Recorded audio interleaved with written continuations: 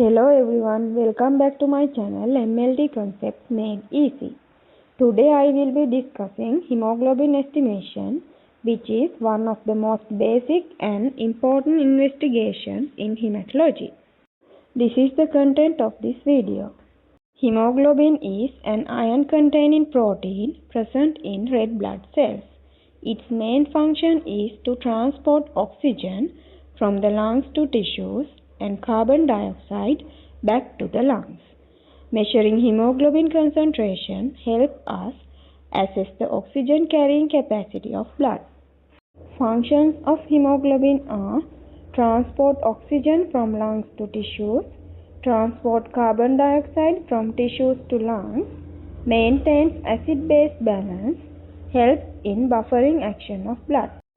Purpose of hemoglobin test are diagnosis of anemia, detection of polycythemia, routine test in complete blood count, monitoring blood loss, iron deficiency and chronic diseases. Sample required for hemoglobin estimation is venous blood. There are several methods for estimating hemoglobin. They are Salis method, cyanomethemoglobin method and automated hematology analyzer. Among these, the cyanomethemoglobin method is considered the gold standard. Cyanomethemoglobin method. This is the gold standard method. Hemoglobin is converted into cyanomethemoglobin using Drapkin's solution. Drapkin's solution contains potassium ferricyanide and potassium cyanide.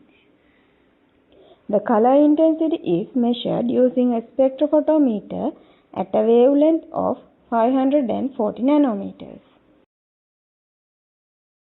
These are the normal hemoglobin values for different age groups. Adult male 13 to 17 grams per deciliter, adult female 12 to 15 grams per deciliter, children 11 to 16 grams per deciliter. Hemoglobin estimation is routinely done to diagnose anemia, which is very common in clinical practice. It is also useful in detecting polycythemia, monitoring blood loss, and assessing response to treatments such as iron or vitamin supplements. If you found this video helpful, please like, share and subscribe to the channel.